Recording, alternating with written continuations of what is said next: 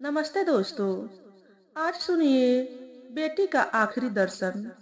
रमेश को नींद नहीं आ रही है, जबकि सप्ताह भर बाद नाती नवल की शादी से आज ही पत्नी नीना के साथ लौटा है।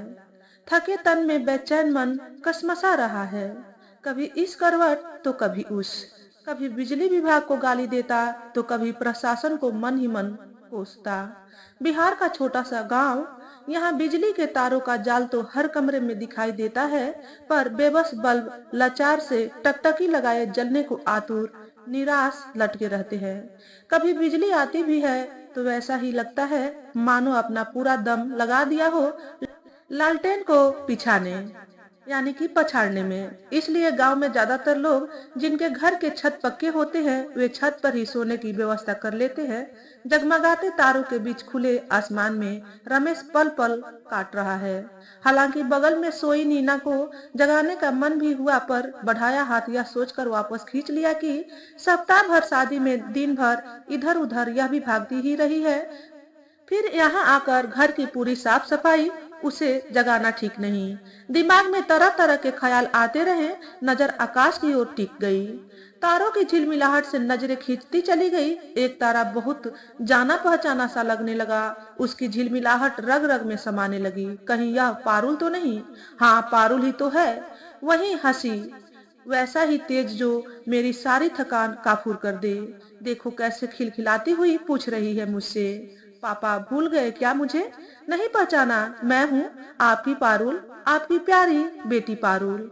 मैं आप लोगों को यहाँ से रोज देखती हूँ। जानती हूँ आप लोग आज ही नवल की शादी करवा के लौटे हैं। नींद नहीं आ रही है ना? दिन में इतना क्यों सो लिए? याद है मुझे, जब रात को नींद नहीं आती थी और मैं आपको कहानी सुनाने के लिए कहती थी, तब यही कहते थे ना मुझसे, दिन में इतना क्यों सो लेती हो, अब तारों से बातें करो। अतीत के पन्ने फड़फड़ाने लगे। रमेश उस दिन बहुत खुश था जब ऑपरेशन थिएटर से बाहर निकलकर नर्स ने बताया कि लड़की हुई है। उसने तुरंत 500 का नोट पर्स से निकालकर नर्स को थमा दिया। खुश होता भी क्यों नहीं, घर में पहली बार लक्ष्मी ने जन्म लिया। उसे अपनी सुनी कलाई की तो आदत हो गई थी, पर अपने बेटों को भी सुनी कलाई देख कुंठित हो जाता था। सुंदर सलोनी पारुल नाजो नखरों से पलने बढ़ने लगी। भाई बहन के झगड़ों में रमेश पारुल का ही पक्ष लेकर बेटों को डांटते। पापा की सोन परी खुशी से इतराने लगती। रोज पापा की बाहों में ही चांद तारे व परी रानी की कहानियां सुनती हुई सोती। पलक झपकते दिन महीने साल गुजरने लगे। गर्मी की छुट्टियों में सहेलियों के साथ आम के बगीचे में जाकर टिकोड़ा तोड़ने में पारुल को बहुत मजा आता। जब नीना बच्चों को दोपहर में जबरदस्ती सुलाने की कोशिश करती तो बच्चे भी बंद पलकों से माँ के सोने का इंतजार करते, और जैसे ही नीना को झपकी लगती वे दबे पांव निकल जाते और रास्ते में जो भी अस्त्र शस्त्र मिलता, पत्थर लकड़ी सब लेकर पहुंच जाते बगीचे में, जहां हुड़दंगों की टोली के साथ ही साथ पेड़ पर गदराई अंबिया भी लबेदा खाने का इंतजार करती रहती थी। दो चार आम हाथ लग गए तो बस क्या कहने, मुट्ठी के आम बादशाह के राजकोष से कम न थे। ब्लेड से धीरे धीरे टिकोरों को छीलना, उसके बीच को उंगलियों से पिचकाते हुए किसी का नाम लेकर पूछना कि बता कौवा, उसकी शादी किस दिशा में होगी। फिर जिधर वह उछल कर जाता सब मिलकर चिल्लाते उस दिशा में। फिर जोरदार ठहाकों की गूंज। टिकोरे को महीन महीन काट कर नमक मिर्ची लगाकर कपड़े में बांध कर घुमाते हुए घुमौआ बनाते। उससे स्वादिष्ट तो धरती पर उनके लिए कुछ भी नहीं होता था। चटकारा मार मार कर सब खाते। कई बार तो लड़ाइयां भी हो जाती। जिंदगी में कभी बात न करने व न खेलने की कस्में भी खा लेते, पर सब रेत पर लिखे के समान ही होता, जो एक सुहाने झोंके से मिट कर फिर पावन बन जाता। एक दिन दुकान से घर आते वक्त दोपहर में रमेश ने बच्चों को बगीचे में देख लिया। फिर क्या, चोरों की चोरी पकड़ी गई, सिट्टी पिट्टी गुम। सबने सरेंडर कर दिया। वहीं से सबको डांटते पीटते घर लेकर आए। पारुल भी सहमी सी भाइयों के पीछे पीछे। उस दिन रमेश ने पारुल को भी बहुत डांटा। लंबे लंबे घेरदार कपड़ों वाले चाई मुई की कहानी सुनाई, जो बच्चा चुरा कर ले जाते हैं फिर उनकी आंखें निकाल कर बेचते हैं। बच्चों के चेहरे पर चाई मुई का भय दिखने लगा। साथ ही नीना को भी हिदायत दी कि जब भी वह दोपहर में सोने जाए तो गेट में ताला लगा दे। फिर बच्चों ने अपनी दुनिया घर में ही बना ली। कभी सहेलियों को बुलाकर गुड्डा गुड़िया खेलती, जिसमें कोई वर पक्ष से तो कोई वधु पक्ष का बन जाता। फिर शादी ब्याह तिलक बारात सब होता, वह भी धूम धड़ाके व गाजे बाजे के साथ। कभी दिन भर कैरम लूडो या व्यापार चलता रहता, उसी में धम्मा चौकड़ी मची रहती। जो जीतता उसकी हंसी, हारे को तीर सी चुभती। हारा छटपटाता, फिर दंगल शुरू। कभी कभी लड़ते झगड़ते सब सूझ भी जाते। एक रात पारुल को नींद नहीं आ रही थी, क्योंकि वह दिन में बहुत सोली थी। उस रात वह रमेश को कहानी सुनाने की जिद करने लगी। तब रमेश ने कहा था कि दिन में इतना क्यों सो लेती हो, फिर रात में नींद कैसे आएगी। अब देखो, इन तारों को और तारों को देखते हुए बताया था कि वो तेरी दादी, वो तेरी नानी, सब तुमसे बातें करना चाहते हैं। उनको ध्यान से देखो और उनको सुनने की कोशिश करो। पारुल का बाल मन शांत हो गया। उसने धीमे स्वर में पूछा, पापा, क्या एक दिन मैं भी तारा बन जाऊंगी? पापा मुझे भी देखकर पहचान लेंगे ना? रमेश के रोंगटे खड़े हो गए। उसने पारुल के मुंह को अपनी हथेली से बंद करके गले से लगा लिया। उस रात देर तक उसे कहानियां सुनाते रहे। पारुल के बाल मन ने लाड दुलार में पलते हुए युवा मन की दहलीज पर दस्तक दे दी। डिग्री तक की पढ़ाई तो गांव में ही हो गई, पर लाडली बेटी ने मां की इच्छा के विरुद्ध शहर जाकर वकालत की पढ़ाई करने के लिए अपने पापा को मना लिया। पारुल के हॉस्टल जाते ही घर बहुत सूना हो गया। रमेश घर आते ही बहुत उदास हो जाता। अक्सर नीना व रमेश उसके बालपन की बातें करते। कभी आंखें भर आती, कभी बचपना याद कर दोनों खिलखिला उठते। नीना अक्सर कहती, अभी से आदत डाल लीजिए, एक दिन तो ससुराल चली ही जाएगी। ससुराल चली जाएगी तो क्या, हर महीने बुलाऊंगा, नहीं तो खुद ही जाकर मिल आऊंगा। रमेश सीना तान जवाब देता। रमेश सदा पारुल के हॉस्टल से आने के दिन गिनता। पारुल हॉस्टल से आते समय अपने जेब खर्च से बचाकर पापा, माँ व भाइयों के लिए कुछ न कुछ जरूर लाती। एक बार पापा के लिए टी शर्ट लाई। रमेश को वह टी शर्ट बहुत पसंद आई। टी शर्ट या तो रमेश पर होती या तो धुल कर सूखती हुई तार पर। महीनों ऐसा चलता रहा। नीना ने पारुल को फोन करके कहा कि पापा के लिए और भी टी शर्ट ले आए। वो तो इस टी शर्ट को छोड़ते ही नहीं। फिर उसी दिन पारुल ने मॉल जाकर हाफ दर्जन टी शर्ट खरीद कर बैग में रख ली। विधि की आखिरी वर्ष की परीक्षा होने के बाद जब पारुल घर लौट आई, तब रमेश व नीना की खुशियों का ठिकाना न था। पर पारुल कुछ खोई सी रहती थी। हालांकि विपेंद्र ने कभी भी उससे कुछ कहा नहीं, पर डिग्री व लॉ की पढ़ाई साथ में करते हुए एक एहसास ने अपना स्थान बना लिया था। उस मधुर एहसास से वह मचल जाती थी, पर कुछ कह नहीं पाती। विपेंद्र के साथ की सुखद अनुभूति को एकांत में स्मरण करती मन रोमांचित व पुलकित हो उठता। कभी कभी उसे लगता शायद विपेंद्र भी घर में पारुल की शादी की बातें चलने लगी।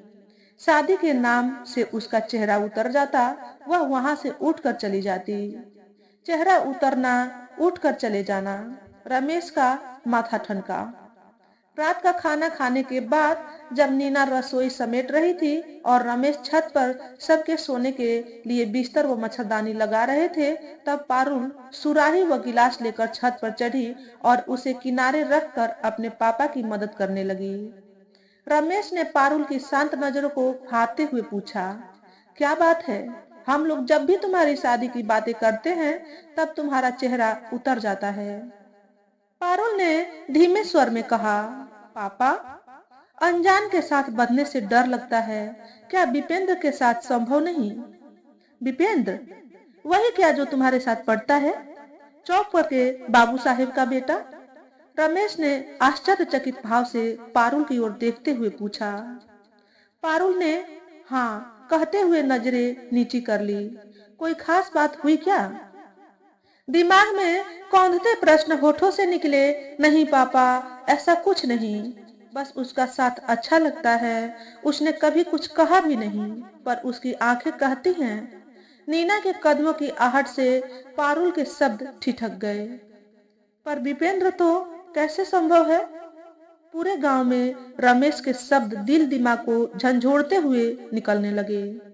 अच्छा, तो यही सब चल रहा था, इसलिए मैं। नीना की रोष भरी आवाज पीछे से आई। नहीं, ऐसी कोई बात नहीं।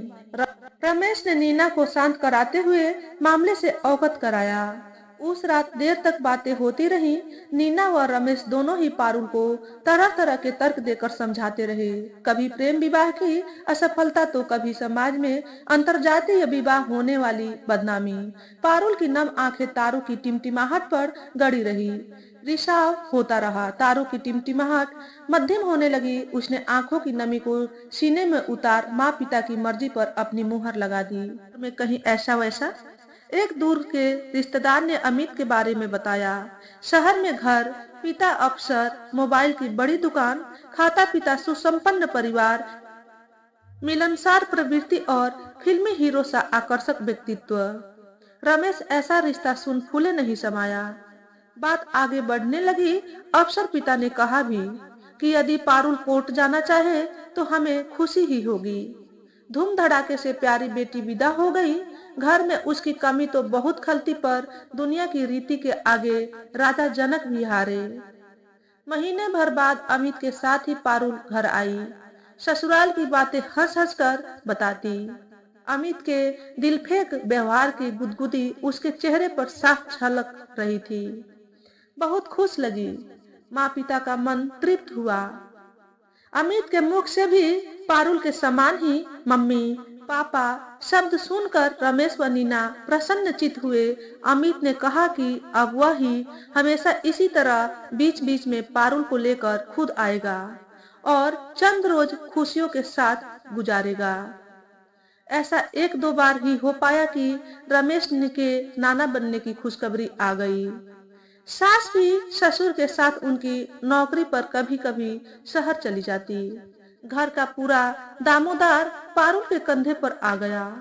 दिन भर घर के कामों में उलझी रहती। रोज कोई न कोई रिश्तेदार आते रहते। आवमान भगत तो रग रग में बसा। चाह न चाह कराना ही होता। हवा में उड़ने वाली बिटिया अब पालतू चिड़िया सी बन इशारों पर फुदकने लगी। पारुल धीरे धीरे अमित के व्यवहार में भी बदलाव महसूस करने लगी। उसके बहुरूप देख कुंठित रहती। अब रात को अक्सर देर से लौटने लगा। पूछने पर वही जवाब, क्या दिन भर केवल खटता मरता रहूं? एक रात तो शराब पीकर लौटा। पूछताछ झप्पड़ बहस घंटों चलती रही। पारुल के रोष को तमाचे से शांत करा दिया अमित ने। चिंता की वह रात करवटें बदलते तिल तिल कटी। सुबह जब उसने सास से कहा तो सास के आश्चर्य जताने का अभिनय उसे खटका। फिर पड़ोस की एक भाभी जिससे दोस्ती हो गई थी को दिल का दर्द सुनाया। भाभी पहले तो थोड़ा सकुचाई, फिर उसने आत्मीय भाव से सहलाते हुए कहा, अब तुमसे क्या छिपाना। यह तो पहले उसका रोज का धंधा था, तभी तो इतनी जल्दी झटपट में उसकी शादी करवा दी। सबको लगता था कि घर में पूछने वाली आ जाएगी तो संभल जाएगा। पढ़ाई लिखाई में भी वैसा ही, कॉलेज बंक कर दिन भर मस्ती। तभी तो बाबूजी ने अपना पीएफ का पूरा रुपया निकाल कर उसके लिए मोबाइल की दुकान खुलवाई। वहां पर भी दोस्तों का वैसा ही जमावड़ा कर बेरंग हो गया। आंखों में धैर्य बांधे कमरे में चली गई। तन्हाई पाते ही बवंडर सा उठा और आंखों का बांध सैलाब बन फूट पड़ा। घंटों आंखों की कोरे रिश्ती हुई तकिए को भिगोती रही। कभी फफकती, कभी खुद को संभालती हुई हथेली से मुंह को दबा लेती। कभी छोड़ जाने का निश्चय करती तो कभी उदर पर हाथ रख बिलखने लगती। सासू ने समझाया, अमित बच्चा ही तो है, ठीक हो जाएगा। अड़ोसी पड़ोसी की बातों पर ध्यान न दो। सब जलते हैं और ज्यादा चिंता करने की जरूरत नहीं है। इसका असर आने वाले बच्चे पर भी पड़ सकता है, इसलिए ज्यादा न सोचो। बस घर के काम व आने वाले बच्चे पर ध्यान दो। और मान लो कभी कभार पी खा ही लिया तो कौन सा पहाड़ टूट पड़ा। सब तरफ ढोल पीटने की क्या आवश्यकता है? और अब उसकी इज्जत ही तुम्हारी इज्जत है।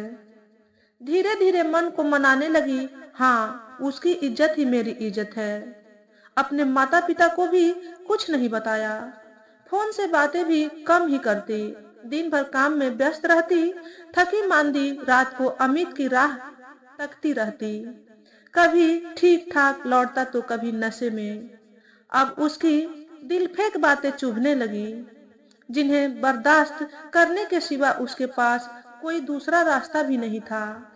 कुछ पूछने पर उसे ही उल्टा सीधा सुना देता। कभी कभी हाथ भी उठा देता। पारुल सहमी सी रहने लगी। अमित को कुछ भी नहीं कहती। उसके ऐसे व्यवहार से खून के घूंट पीकर रह जाती। सुबह से शाम तक घर के कामों में लगी रहती। तरह तरह का खाना घर के सभी लोगों को बहुत पसंद था। 4 टाइम खाना बनाने व घर के काम काज में ही उसके दिन गुजरने लगे। प्रसव के दिन भी वह काम में ही जुटी रही। नाना बनने की खबर सुन रमेश बहुत खुश हुए। छठी के अवसर पर घर परिवार के लिए कपड़े तथा नाती को गहने से लाद दिया।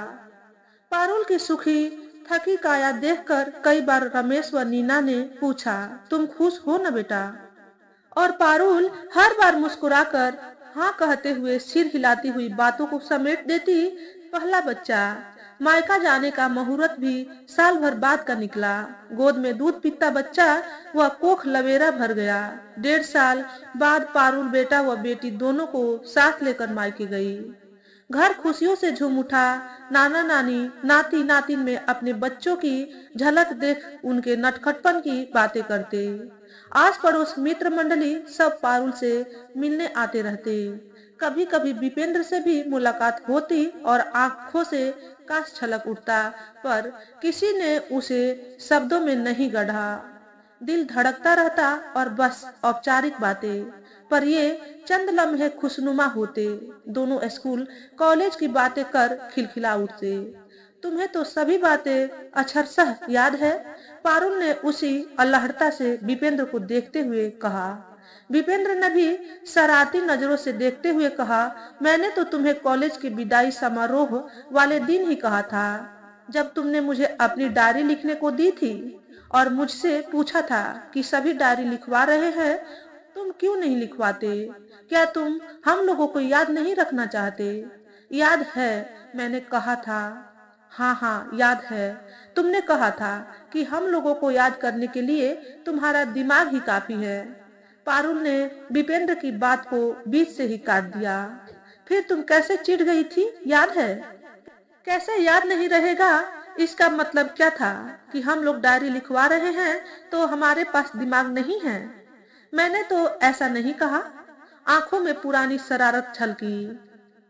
मतलब तो वही निकलता है। अपने पुराने हवाई किले में जा बैठी। दोनों ठहाका लगाकर हंसने लगे। रोम रोम पुलकित, आंखों में खुशियां तैरने लगी।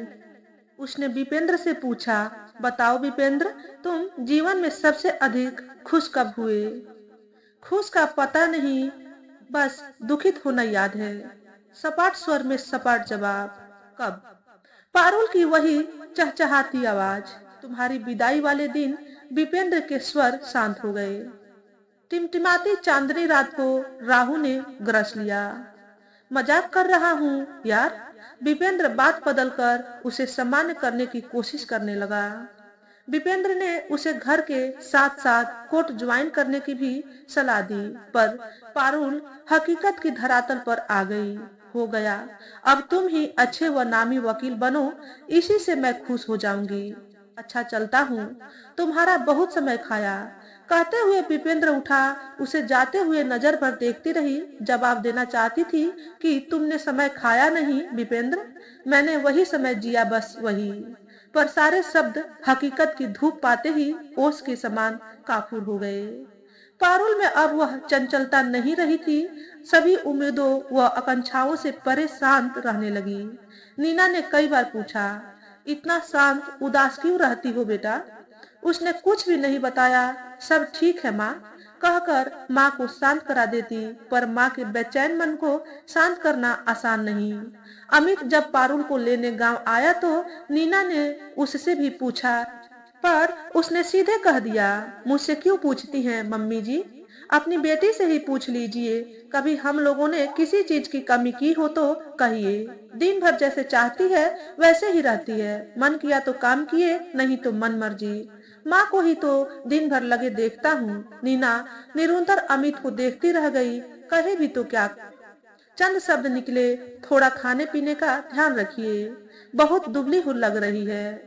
ससुराल भेजते समय पारुल के बैग में काजू, किशमिश, हॉर्लिक्स, बादाम जो भी समझ आता उसे खाने की हिदायत देते हुए माँ भरती जाती। जाते समय सबका मन उदास था।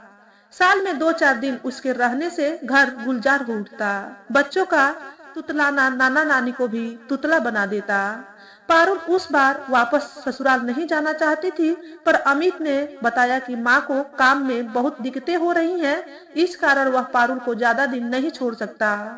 पारुल की आंखों में रमेश को एक अनजाना दर्द दिखाई दिया, जिसे पढ़ने की बहुत कोशिश की, पर गहराई में डूबते गए, जहां दर्द ही दर्द था, जो पारुल के शब्दों को झूठे करते लगे। उसने फिर पूछा, कोई कष्ट नहीं है ना बेटा? और पारुल का वही जवाब, नहीं पापा, बस आप लोगों को छोड़ने का मन नहीं करता। ऐसे में पारुल को उस बार भेजना बहुत कचोटा। तपतपाती दोपहर में रमेश सिर पर गमछा बांधे खाना खाने के लिए घर आ रहा था कि उसी समय आम के बगीचे में बच्चे दौड़ते भागते झगड़ते दिखे। पारुल का बचपना आंखों में उमड़ आया। उदास मन से घर पहुंचकर हाथ मुंह धोने लगा। नीना ने खाना परोसा ही था कि मोबाइल घनघना उठा। नीना खिसियाई भी, चैन से खाना तो खा लीजिए। स्क्रीन पर अमित का नंबर देखकर माथा ठनका कि इस वक्त पारुल की तबीयत ठीक नहीं है, उसके पेट में दर्द है, उसे लेकर हॉस्पिटल जा रहे हैं। आप लोगों को घबराने की आवश्यकता नहीं है, हम लोग सब संभाल लेंगे। अमित ने बुझे स्वर में कहकर फोन कट कर दिया। रमेश व नीना की बेचैनी बढ़ गई। एक तो पहले से ही उन लोगों का मन ही नहीं लग रहा था, ऊपर से फोन। खाना हलक के नीचे नहीं उतर रहा था। ड्राइवर को गाड़ी बाहर निकालने के लिए कहकर जैसे तैसे खाना खत्म किया। अमित को फोन करके बताया कि वे पारुल से मिलने के लिए आ रहे हैं। अमित ने उन्हें आने से मना कर दिया। नहीं नहीं, आने की कोई आवश्यकता नहीं, हम लोग देख रहे हैं, सब ठीक हो जाएगा, आप लोग परेशान न हो। अब पारुल ठीक है। रमेश की बेचैनी बढ़ती जा रही थी। नहीं नहीं, एक बार पारुल को देखकर आ ही जाते हैं, उसने अपने आप से कहा। रमेश और नीना कार में बैठ गए। मन बेचैन बीच बीच में ड्राइवर को थोड़ी तेज चलाने के लिए कहता। रेड सिग्नल देख समय पहाड़ सा लगने लगता। पॉकेट में मोबाइल फिर घनघनाया। स्क्रीन पर अमित का नाम देखते ही धड़कनों पर काबू पाना असंभव हो गया। क्या बात है अमित, पारुल कैसी है? हमें पारुल को देखने की बहुत इच्छा हो रही है बेटा, हम लोग आ रहे हैं। पापा जी, पारुल नहीं रही, हम लोग हॉस्पिटल से घर ले जा रहे हैं, रमेश ने रुआसे स्वर में कहा। एक सनसनाहट सी बदन में उठी और माथा झंझनाते हुए सुन्न सा हो गया। रमेश ने ड्राइवर को गाड़ी और तेज चलाने की हिदायत देकर अपना सिर सीट पर टिका लिया। आंखों की रिश्ती कोरों को भरने की नाकाम कोशिश। नीना रमेश के कंधे पर सिर टिकाए फपकती रही। दोनों के दिमाग में उधेड़ बुन चलती रही। क्यों, कब, कैसे, कहाँ ये सभी तीर हृदय को जार बेजार कर छलनी करते हैं। दरवाजे के बाहर लोगों का जमावड़ा तथा कुछ लोगों को अर्थी बनाते देखकर उनका हृदय फटकर चिंगाड़ उठा। कहाँ है मेरी बच्ची, कहाँ है मेरी बच्ची, कहकर चिल्लाती हुई नीना बेतहाश दौड़कर अंदर चली गई। नीना की घबराई नजरें चारों ओर खोजने लगी। कुछ औरतें सिर झुकाए मुंह गिराए बैठी दिखी। नानी, मम्मी अंदर कमरे में छो लइए, छुबे छे ना उतली, मुझे बहुत भूख लगली थी। पापा ने ओलियो बिस्किट दिया, नया तो भी दिया, तुम भी खाओगी? नवल अपनी दादी के गोद से उतरकर नानी के पास बोलते हुए आया। नीना दौड़ती हुई अंदर कमरे की ओर जाने लगी। दरवाजे पर ही पैर ठिठक कर रुक गए। सुनसान कमरे में अकेली जमी पर सफेद चादर से ढकी काया। बेतहाश दौड़ती हुई बगल में जा गिरी। सफेद चादर हटाने के लिए जैसे ही हाथ बढ़ाया तो पीछे से आकर अमित की माँ ने नीना के बड़े हाथ को पकड़ते हुए कहा, मत हटाइए समधिन जी, नहीं देख पाइएगा। पूरा शरीर दवा के रिएक्शन से फूलकर एकदम भयानक सा काला पड़ गया है। नीना चिल्ला चिल्ला कर रोने लगी। रमेश स्वयं रोते संभलते हुए नीना को संभालने की कोशिश करने लगा। नीना ने बेतहाश हाथ पीटते हुए चेहरे से चादर को हटाया। चेहरे पर काले धब्बे के निशान, मानो पूरी उंगलियां गवाही देने के लिए गाल पर खड़ी हो। नीना उसके गालों को सहलाती हुई चूमने लगी। मन में शंका कौंधी और उसने पूरी चादर एक ही झटके में उघाड़ फेंकी। पूरे बदन पर काले काले चकते और गले में काली धारी के फूले हुए दाग। नीना व रमेश स्तब्ध देखने लगे। नहीं, ये तो दवा का रिएक्शन नहीं है। सच सच बताइए क्या हुआ, किसने ऐसा हाल किया मेरी बच्ची का। नीना की करुणा रोष में बदल गई। सब दवा का रिएक्शन है। लाश को इतनी देर घर में रखना ठीक नहीं।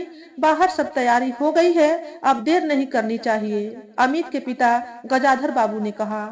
नहीं, यह दवा का रिएक्शन नहीं लगता समधी साहब, यह पुलिस का मामला है। बिना पुलिस आए हम किसी को छूने नहीं देंगे। रमेश का आक्रोश सिर चढ़ गया। हम शरीफ लोग हैं, आज तक दरवाजे पर पुलिस नहीं आई। पुलिस बुलाकर इसकी आत्मा को मत तड़पवाइए। पुलिस लाश का पोस्टमार्टम करेगी। क्यों साफ सुथरे शरीर का चीरफाड़ करवा कर उसकी आत्मा को दुखित करना चाहते हैं। इसलिए न मैं कह रहा था कि जितनी जल्दी हो दाह संस्कार कर दो। जितनी देर होगी आत्मा भटकती ही रहेगी, गजाधर बाबू ने नजरें घुमाते हुए कहा।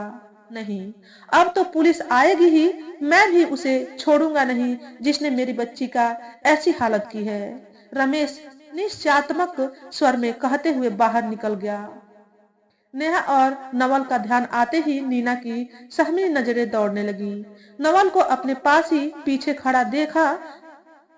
नेहा, नेहा कहाँ है, उसने हड़बड़ाते हुए पूछा। वो रही नीलम की गोद में, पास खड़ी औरत ने कहा। ये नीलम कौन है, नीना ने उसे देखते हुए पूछा। अमित की दूर की बुआ की बेटी है। धड़ धड़ाधड़ पुलिस घर में भर गई। लाश का पंचनामा कराकर पोस्टमार्टम कराने के लिए भेज दिया गया। देखते ही देखते पारुल पंच तत्वों में विलीन हो गई। अमित व उसके माँ बाप को भी पुलिस पकड़ कर ले गई। सब कुछ तहस नहस हो गया। हो हल्ले के बीच नीना कुर्ती कसमसाती सिसकती रही। नीना ने नेहा को नीलम की गोद से लेकर सीने से लगा लिया। नवल भी पास आकर बैठ गया। नीना दोनों बच्चों को सहलाती रही। पास खड़ी औरत बगल में आकर बैठ गई। नीना ने गिड़गिड़ाती नजरों से उस औरत की ओर देखते हुए पूछा, क्या हुआ था बहन जी, कुछ तो बताइए। आपका घर तो बिल्कुल इस घर से सटा हुआ है, कुछ तो पता होगा। औरत सहमते हुए इधर उधर देखने लगी। फिर उसने कहा, आपकी बेटी बहुत सहनशील थी बहन जी। उनके कमरे से ही सटा हमारा कमरा है। एक ही दीवार होने से सभी आवाजें साफ सुनाई देती हैं। रोज का मारपीट, कभी कभी तो रात रात भर सिसकने की आवाजें आती। अमित को कौन नहीं जानता, शुरू से ही शराबी व अय्यासी।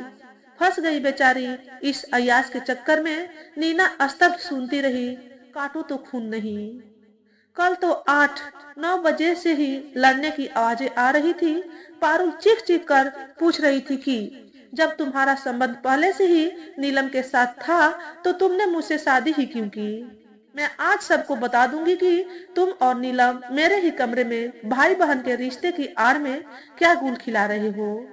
अमित बार बार उसे चुप कराने की कोशिश कर रहा था। पारुल चीख रही थी। बीच बीच में बेल्ट के शराब की आवाज भी आ रही थी। मैंने अपने पति से कहा भी कि चलिए कुछ अनहोनी न हो जाए। उन्होंने यह कहकर मना कर दिया कि यह तो उनके रोज का धंधा है, चुपचाप सो जाओ। पर मुझे नींद नहीं आ रही थी। इसके बाद नीलम की भी आवाज आने लगी। शायद उसने ही पारुल का हाथ पकड़ा होगा। तभी पारुल चीख रही थी, छोड़ो मेरा हाथ, छोड़ो मेरा हाथ। अमित कह रहा था, किसे बताएगी, माँ को, बाबूजी को या अपने बाप को, ले बता और बता। पारुल के हाँफने की आवाज भी आ रही थी, जैसे उसे किसी ने दबाया हो। फिर उसके बाद सन्नाटा सा छा गया। पारुल की मौत को सामान्य बनाने के लिए ही अमित ने रमेश को बताया कि पारुल की पेट में दर्द है और वह दर्द से ही। पर अमित के मना करने के बावजूद आप लोगों के यहाँ आ जाने से उसके सारे मंसूबों पर पानी फिर गया। वह तो आप लोगों के पहुंचने से ही पहले क्रियाकर्म पूरा कर देना चाहता था, ताकि वह साफ साफ निकल जाए। पर शायद आप लोगों को बेटी का आखिरी दर्शन बदा था। नीना अपने दोनों घुटने के बीच सिर रख कर रोती ही रही। रमेश आकर नीना को ढांढस देते, फिर कहीं एकांत कोने में जाकर कोहनी पर सिर टिकाकर फफकने लगते। सब कुछ तहस नहस हो गया। गजाधर बाबू ने साफ साफ कह दिया कि घटना वाली रात तो वो और उनकी पत्नी दूसरे शहर में अपनी ड्यूटी पे थे। इस कारण वे जल्द ही जेल से लौट आए। अमित जेल में रहा। केस साल 2 साल पड़ा रहा। बीच बीच में रमेश पेशी वाले दिन कोर्ट जाते। अमित को देख मन बौखला जाता। एक बार अमित ने मौका पाकर कहा, माफ कर दीजिए पापा जी। रमेश खून के घूंट पीकर रह गए। हर पेशी के बाद निराश कदमों से लौट आते। पता चला कि पोस्टमार्टम रिपोर्ट बदलवाने के लिए उन्होंने 2.5 लाख रुपए खर्च किए थे। नवल और नेहा के बाल मन को भी समझा दिया कि उनके नाना नानी अच्छे नहीं हैं। उन्होंने ही उसके पापा को जेल भिजवाया है। गजाधर बाबू ने रमेश से समझौते की बात कही। अफसोस प्रकट करते हुए कहा, जो होना था सो हो गया। बीते को कोई वापस नहीं ला सकता। अब उनकी निशानी को हमें ही संभालना है। यतीम से पल रहे हैं फूल जैसे बच्चे। आप जैसा चाहते हैं अमित को सजा भी हो जाएगी, पर बच्चे जीवन भर के लिए यतीम बन जाएंगे। अमित घर में आ जाएगा तो कम से कम बच्चों को तो देखेगा ही। हम कब तक जीवित रहेंगे। बच्चों के नाम 10-10 लाख रुपए जमा करा दिया गया है। उन्हें पैसों की कोई कमी नहीं होगी, पर माँ बाप का स्थान तो कोई नहीं ले सकता ना। गजाधर बाबू की बातें रमेश के दिमाग में घूमती रही। कई रात रमेश को नींद नहीं आई। हर समय पारुल के बारे में सोचता रहता। नेहा व नवल का मासूम चेहरा बेचैन कर देता। सालों साल कोर्ट के चक्कर व हर पेशी के बाद निराश कदमों से वापसी मन कुंठित हो जाता। दिलो दिमाग का अंतर्दर्द चलता रहता। दिल कहता कि अपने जान के टुकड़े के कातिल को छोड़ना नहीं, जैसे भी हो उसे फांसी दिलानी ही है। और साथ ही दिमाग बीच में ही टपक पड़ता कि क्या इससे पारुल वापस आ जाएगी। ऊपर से उसकी आत्मा और कुंठित होगी कि उसके बच्चे यतीम से पल रहे हैं। कम से कम बाप रहेगा तो एक नजर देखेगा ही। दिमाग ने फतह पाली। बेटी का कातिल आजाद हो गया। पारुल के जाने के बाद रमेश बिल्कुल गुमसुम हो गया। उसकी याद उसे बेचैन करती रहती। उसके सभी सामानों को एकटक निहारता रहता। कभी नीना से कहता कि काश हम उसकी शादी विपिंद्र से ही कर देते तो कम से कम हमारी बेटी तो रहती। समाज जो कहता सो कहता। कहाँ है समाज जो कातिल को सजा भी नहीं दे पा रहा। फूट पड़ता रमेश का गुस्सा। फिर खुद फूट फूट कर रोने लगता। सौतेली माँ आते ही बाप भी सौतेला हो जाता है। बच्चे दादा दादी व नाना नानी के आंचल में लाड दुलार में ही खेले बढ़े। होश संभालते ही नवल को हॉस्टल में डाल दिया। पढ़ाई में हर वर्ष अव्वल अपनी माँ की तरह। नवल को इंजीनियरिंग के आखिरी वर्ष में ही मल्टीनेशनल कंपनी में कैंपस सिलेक्शन में 35 लाख के पैकेज की नौकरी लग गई। ज्वाइनिंग के बाद ही नवल नाना के लिए टी शर्ट व नानी के लिए रेशमी साड़ी लेकर आया। थोड़ी सकुचाहट से नाना की ओर देखते हुए कहा, नाना जी, मेरे साथ ही कॉलेज में साक्षी पढ़ती है। उसकी भी मेरी कंपनी में ही नौकरी लगी है। बहुत अच्छी लड़की है। नेहा भी उसे बहुत पसंद करती है। एक बार आप लोग उससे मिल लीजिए, यदि पसंद आई तो।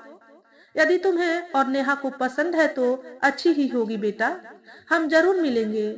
कहते हुए शहर स्वीकार किया। सालों गुजर गए, पर कोई दिन ऐसा नहीं गुजरा होगा कि रमेश को पारुल का ख्याल ना आया हो। सदा आसपास ही महसूस करता। नवल की शादी से मन प्रसन्न है। रात देर तक शादी की बातें होती रही। बार बार कहता, आज पारुल रहती तो बहुत खुश होती। शादी की थकान से नीना नींद की आगोश में चली गई, पर रमेश को नींद नहीं आ रही। करवट बदलते बदलते एक तारे पर ध्यान टिक गया। वह बहुत देर तक निहारता मुस्कुराता बतियाता रहा। वह कह रही है, मेरी चिंता मत करो, मैं बहुत खुश हूँ पापा। यहाँ कोई शारीरिक कष्ट नहीं है। शरीर तो नीचे ही छोड़ आई। मेरे शरीर को अमित बहुत कष्ट देता था पापा। बात बात पर मुझे मारता था। बेल की शराब से मेरी आत्मा तक कांप जाती थी। कई बार जलते सिगरेट से मेरी अंदरूनी को भी दागा। आप लोगों को सुनकर बहुत दुख होता, इसलिए मैंने आप लोगों से कुछ नहीं कहा। पारुल की बातें बेचैन करने लगी। घबराहट ऐसी बढ़ी कि पूरे शरीर पर ओस की बूंदें सी फूट पड़ी। उठकर बैठ गया। सांसें लंबी होने लगी, दम फूलने लगा। नीना को झकझोर कर उठाया, फिर तारों की ओर इशारा करते हुए कहा, उठ न नीना, देख अपनी पारुल है वहां। कैसे समझाऊं आपको, अब अपनी पारुल नहीं रही, वो हम सबको छोड़कर चली गई। नीना ने रमेश को अपनी बाहों में समेटते हुए कहा। तो दोस्तों, आज के वीडियो में बस इतना ही। अगर आपको हमारे द्वारा बताई गई कहानी थोड़ी सी भी अच्छी लगी हो तो वीडियो को लाइक और शेयर करें। चैनल पर पहली बार आए हो तो चैनल को सब्सक्राइब करके बेल नोटिफिकेशन को ऑल पर सेट कर ले, ताकि आपको ऐसे ही अच्छे अच्छे वीडियो देखने को मिले। हमेशा खुश रहें, हमेशा स्वस्थ रहें। वीडियो देखने के लिए आपका बहुत बहुत धन्यवाद।